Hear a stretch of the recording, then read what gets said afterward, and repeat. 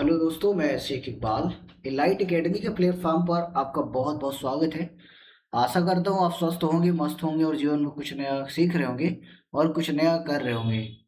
सो आज हम UGC net का पेपर 1 में यूनिट 1 जो हमारी टीचिंग एप्टीट्यूड है, चैप ठीक है, उस पे हम आज पढ़ने जा रहे हैं ब्लूम टैक्सोनॉमी के बारे में। क्या होता है ये ब्लूम टैक्सोनॉमी, आइए हम देख लेते हैं। ठीक है। सो ब्लूम टैक्सोनॉमी जो है ये बेंजामिन ब्लूम साहब है। इन्होंने 1956 में इसका क्या किया, क्लासिफिकेशन किया, वर्गीकरण किया। ठीक है। किस बारे में?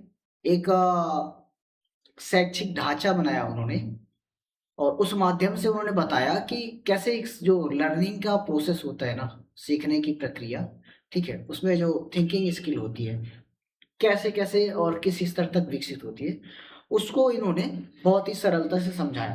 अगर हम इसे इंग्लिश से समझे, सो लिखा है कि it is a hierarchical model of that, so how a learner progress from basic knowledge remembering to higher order thinking creating.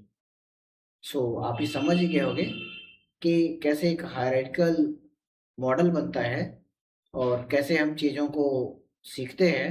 ठीक है। और सीखकर कैसे जो इसकी एक शैक्षिक ढांचा बनता है, ठीक है, विकसित होता है। इसी को इन्होंने बहुत ही सरलता से एक थ्योरी के माध्यम से समझाया है। ठीक है। तो जो हमारा ब्लूम टैक्सोनॉमी है, इसके बेसिकली उन्होंने 3 डोमेन बनाया था। कौन कौन सा था? कॉग्निटिव डोमेन, जिसको हम हिंदी में संज्ञानात्मक क्षेत्र कहते हैं। दूसरा है अफेक्टिव डोमेन, जिसको हम हिंदी में भावनात्मक क्षेत्र कहते हैं। ठीक है। साइकोमोटर डोमेन, जिसको हम क्रियात्मक क्षेत्र कहते हैं।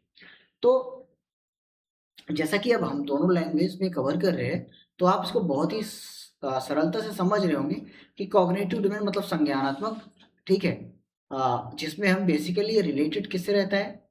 थिंकिंग से रहता है। तो related to knowledge and thinking skill, है ना, mostly commonly use in education. ये अधिकतर जो है किस पे यूज होता है? एजुकेशन पे होता है। दूसरा अपन देखते हैं अफेक्टिव डोमेन। ठीक है। तो ये अफेक्टिव डोमेन मोस्टली रिलेटेड किससे होता है? भावनात्मक क्षेत्र से, जिसमें लोगों की फीलिंग्स जुड़ी हुई होती हैं, इमोशंस जुड़े हुए होते हैं। ठीक है। लोगों का एटीट्यूड होता है और उसकी वैल्यू होती है।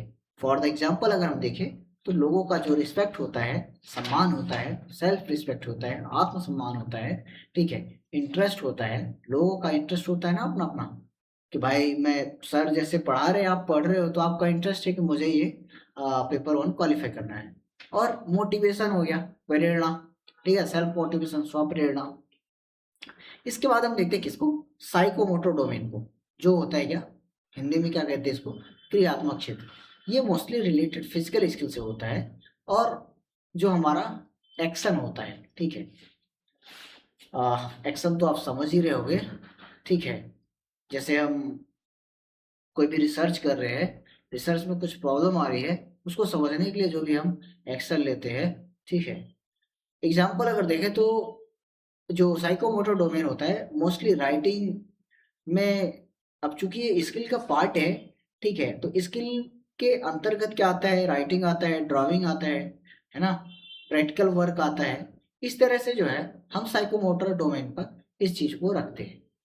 आगे अपन जब बढ़ते हैं तो हम ब्लूम साहब के जो इन्होंने टेक्सोनॉमी, ब्लूम टेक्सोनॉमी जो लेवल उन्होंने बताया 6 लेवल है।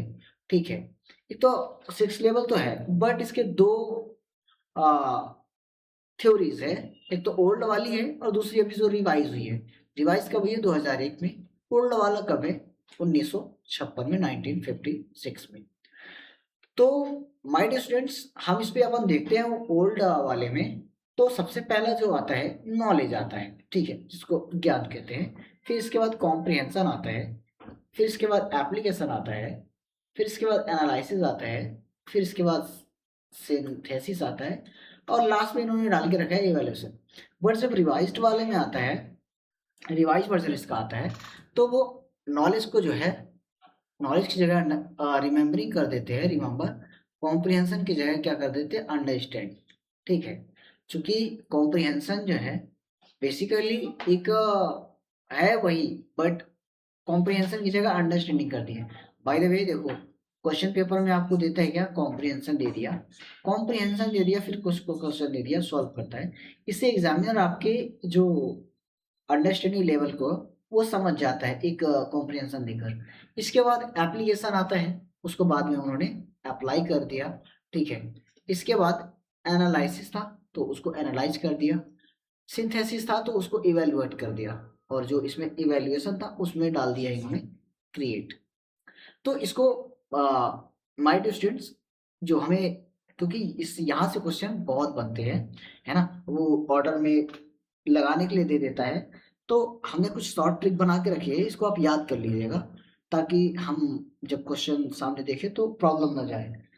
तो आसान ट्रिक क्या है कि जैसे देखो, क्या है, R U A A E सी, है ना, रूएक हम बोल सकते हैं। ठीक है, R U A E C, R U A A E C, इसको ऐसे 10-12 बार हम रिवाइज करेंगे तो ये लर्न हो जाएगा। ठीक है, तो ये देख लो, remember, understand, apply, analyse, evaluate, create. ठीक है, तो अब देखते हैं हम पीवाई क्यूज पर। ठीक है, आ जाते पीवाई क्यूज, क्योंकि ये जितना समझने वाला था और जितना क्वेश्चंस के लिए प्रासंगिक है उतना पढ़ लिया हमने। अब हम देखते हैं क्या, पीवाई क्यूज। पीवाई क्यूज में जब हम पहुंचते हैं तो पहला क्वेश्चन क्या बनता है, who develop Bloom taxonomy. Bloom taxonomy किसने विकसित किया, तो हमने सबसे पहले तो यही बताया आपको कि भाई साहब को किसने बताया, आप बताइए, पढ़ रहे हो तो कमेंट बॉक्स पर आपके बताइए कि किसने दिया। ठीक है, कि बर्नर ने दिया, स्किनर दिया, या पियाजे ने दिया, या बेंजामिन ब्लूम ने दिया। तो हमारा आंसर होगा सी। ठीक है, बेंजामिन ब्लूम। आइए नेक्स्ट क्वेश्चन पर। नेक्स्ट क्वेश्चन क्या कहता है, which is the highest level in revised Bloom taxonomy. Revise Bloom taxonomy में सबसे उच्चतर स्तर कौन सा है, रिवाइज वाले में सबसे लास्ट में क्या आता है, मतलब सबसे हायर लेवल में, तो हायर लेवल में आता है क्या, क्रिएट। हमने अभी आपको बताया कि इसको याद कर लीजिएगा, R U A A C, C for create, ये ऐसे याद कर लीजिएगा। ठीक है, तो ये क्वेश्चन जो है आपको देखना है और सॉल्व करना है। ओके, तीसरा क्वेश्चन क्या है, Bloom taxonomy is related to which domain. Bloom taxonomy मुख्य रूप से किस क्षेत्र से संबंधित है, तो बताइए। आपके पास माध्यम है कमेंट बॉक्स, कमेंट बॉक्स पर आपके बताइए कि कौन सा क्षेत्र है जिससे ब्लूम टैक्सोनॉमी संबंधित है।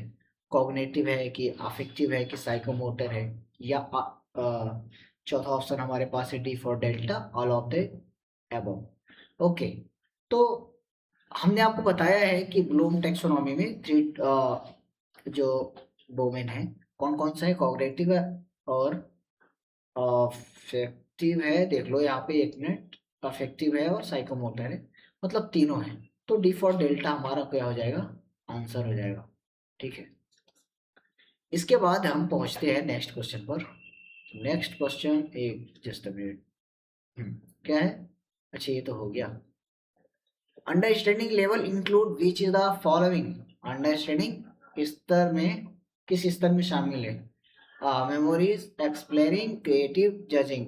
तो हमारा आंसर क्या होगा बताओ, क्रिएटिव होगा, एक्सप्लेनिंग होगा, मेमोराइज होगा, जजिंग होगा। आप बताइए कमेंट बॉक्स पर आकर। आपके पास ऑप्शन है, तभी तो हमको पता चलेगा कि आप क्लास ले रहे हो। तो हमारा आंसर क्या होगा, क्रिएटिंग। ठीक है, नेक्स्ट क्वेश्चन पर हम पहुंचते हैं।